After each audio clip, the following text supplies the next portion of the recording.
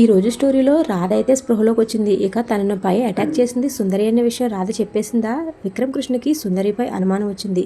ఇక రాధని చంపాలని చూసింది సుందరి అని మన విక్రమ్ కృష్ణ అయితే కన్ఫామ్ అయిపోయాడు. ఇక సుందరిని ఏం చేయబోతున్నాడు? ఇలాంటి మరిన్ని ఆసక్తికరమైన విషయాలు ఈ రోజు ఎపిసోడ్లో ఉన్నాయి. ఈ రోజు ఎపిసోడ్ కూడా డైలీ లాగే టీవీలో కంటే ముందుగా చూడాలనుకుంటే మన ఛానల్ని సబ్స్క్రైబ్ చేసుకుని బెల్ ఐకాన్ ఆన్లో పెట్టుకోండి. ఈ వీడియోకి ఒక లైక్ చేయండి. సాయంత్రం వరకు వెయిట్ చేయక్కర్లేకుండా ఇప్పుడే మన ఛానల్లో ఈ సీరియల్ అప్డేట్స్ చూసేయచ్చు. ఇక లేట్ చేయకుండా ఈ రోజు ఎపిసోడ్లో ఏం జరిగిందో చూసేద్దాం వచ్చేయండి. కుటుంబంలో వాళ్ళందరూ రాధని ఏమైంది, నువ్వు అసలు స్టోర్ రూమ్కి ఎందుకు వెళ్ళావని అడుగుతారు. రాధ ఏం జరిగిందో చెప్దామనే లోపే రాధకి దగ్గు వచ్చేస్తుంది. ఇక తను నీరసంగా ఉందని తను రెస్ట్ తీసుకోమని చెప్తాడు రామచంద్రయ్య. తర్వాత దమయంతి ఒక చోట కూర్చుని ఇక చిట్టి గురించి ఆలోచిస్తూ ఉంటుంది. ఇంతలో తన కూతురు ప్రియ అక్కడికి వస్తుంది. అక్కడికి వచ్చి ఎవరి గొత్తులో వాళ్లే పడ్డమంటే ఏంటి మామ అని అడుగుతుంది. ఇప్పుడు అవన్నీ ఎందుకు బేబీ అని అడిగితే ఇక మన ప్రియ అయితే దమయంతిని దెబ్బుతుంది. నువ్వు తీసుకున్న గొత్తులో నువ్వే పడ్డావు, వాళ్ళిద్దరిని విడదీయాలని నువ్వు తీసుకొస్తే మధ్యలో దూరింది చిట్టి. రేపు ఒకవేళ దొరికిందనుకో దానికంటే ఎక్కువ శిక్ష నీకే పడుతుంది.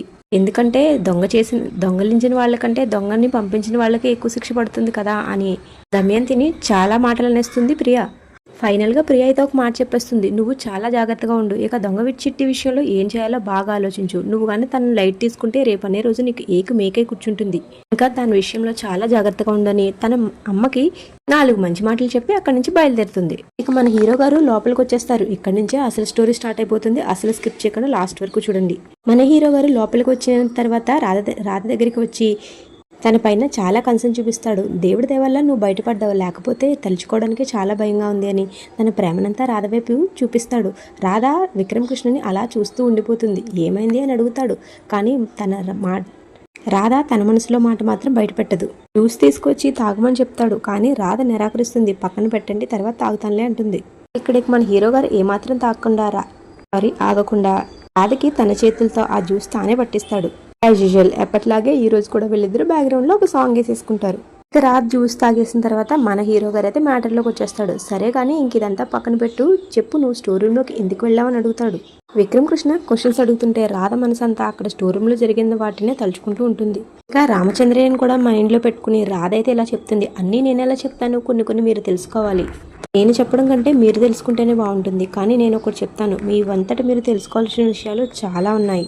ఇక మన హీరో గారు కూడా రాధ ఇచ్చిన ఛాలెంజ్ ని చాలా బాగా యాక్సెప్ట్ చేస్తాడు. తెలుసుకుంటాను, తొందరలోనే ఏం జరిగిందో ప్రతిదీ తెలుసుకుంటానని చెప్తాడు. తర్వాత రాధని పడుకోమంటాడు మన హీరో గారు. కానీ రాధ నాకు నిద్ర రావట్లేదు, ఒక పాట పాడొచ్చు కదా అని అడుగుతుంది. ఇక మన హీరో గారు సాంగ్ అందుకుంటారు చూడండి. ఇక ఎక్సలెంట్ అనే చెప్పాలి. రాధ దెబ్బకి పైకి లేచి మన విక్రమ్ కృష్ణ కాళ్ళు పట్టేసుకుంటుంది ఆపమని. తర్వాత మన హీరోయిన్ అయితే మన హీరో గారిని పాట ఆపమని ఇక తనే సొంతంగా పడుకుంటుంది. తను పడుకున్న తర్వాత మన హీరో గారు ఆలోచనలో పడతాడు. ఇది కావాలన్న ఎవరో చేసిన పని, ఎవరు చేసుంటారు అని ఆలోచనలో పడతాడు. ఇక అలా అనుకున్నది తర్వాయిగా మన హీరో గారు అయితే స్టోర్ రూమ్ వైపు బయలుదేరతాడు. మన హీరో గారు అయితే చాలా ఆలోచిస్తాడు. ఇక పోలీస్ బ్రెయిన్ ఓపెన్ చేసేస్తాడు. అసలు రాధ ఎందుకు చెప్పట్లేదు, చెప్తే ఏమైనా ప్రాబ్లం వస్తుందా, అసలు ఎవరు రాధని ఇలా చేశారు, రాధ స్టోర్ రూమ్ లోకి రావడానికి కారణం ఏంటి అని అన్ని వైపులా ఆలోచిస్తాడు. రాధకి ఏం జరగకుండా చూసుకోవాలి, ఆ బాధ్యత నాది అని అక్కడి నుంచి బయలుదేరతాడు. ఇక మన హీరో గారు వెనక్కి తిరగగానే అప్పుడే మన హీరో గారికి కాలికి పట్టీ తగులుతుంది. ఇక మన హీరో గారు ఆ పట్టీ చూసి ఆ పట్టీని చేతిలోకి తీసుకుని, ఇది చిట్టి కాలు పట్టీ కదా, చిట్టి కాలు పట్టీ ఇక్కడికి వచ్చింది ఏంటి అంటే చిట్టియే రాధకు శత్రువా, చిట్టియే రాధను చంపాలని ప్రయత్నించిందా అని ఆలోచించి ఇక ఫైనల్ గా చిట్టియే చేసుంటుందని మనోడైతే ఫిక్స్ అయిపోతాడు. అక్కడి నుంచి బయలుదేరతాడు. తర్వాత రోజు ఉదయాన్నే సుందరికి యోగా నేర్పిస్తాడు రామచంద్రయ్య. సుందరి తిట్టుకుంటూ ఆ యోగా చేస్తూ ఉంటుంది. అలా రామచంద్రకి ఫోన్ వచ్చిందని రామచంద్రయ్య పక్కకు వెళ్తాడు.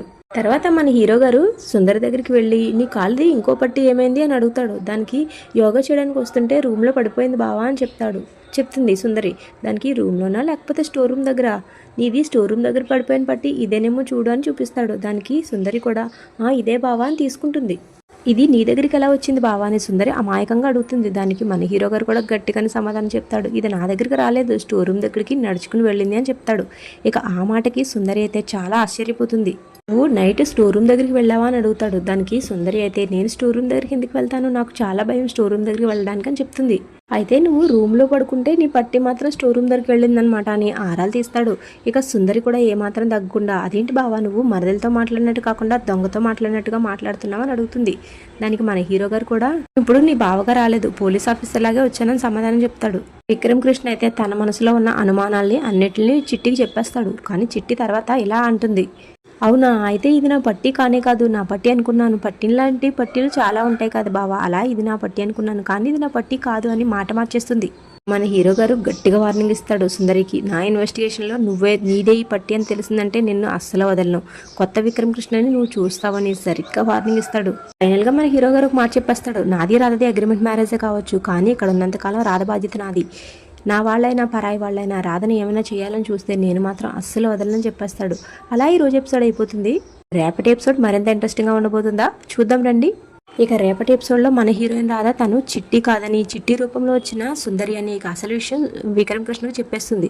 విక్రమ్ కృష్ణ అవునా అని ఆశ్చర్యపోతాడు. ఇక సరే నేను నీకు సాక్ష్యాలతో చూపిస్తాను రా అని మన విక్రమ్ కృష్ణ అయితే తీసుకెళ్తుంది రేపటి ఎపిసోడ్లో. ఇక రేపటి ఎపిసోడ్లో మన హీరో గారు నమ్ముతాడా అసలు ఏం జరిగిందన్న విషయం? సరే అయితే రేపు ఏం జరగబోతుందో రేపటి ఎపిసోడ్లో చూస్తాం. అంతవరకు మన ఛానల్ సబ్స్క్రైబ్ చేసుకుని బెల్ ఐకాన్ ఆన్లో పెట్టుకోండి. ఈ వీడియో ఇంతవరకు చూసినందుకు థ్యాంక్ యూ సో మచ్.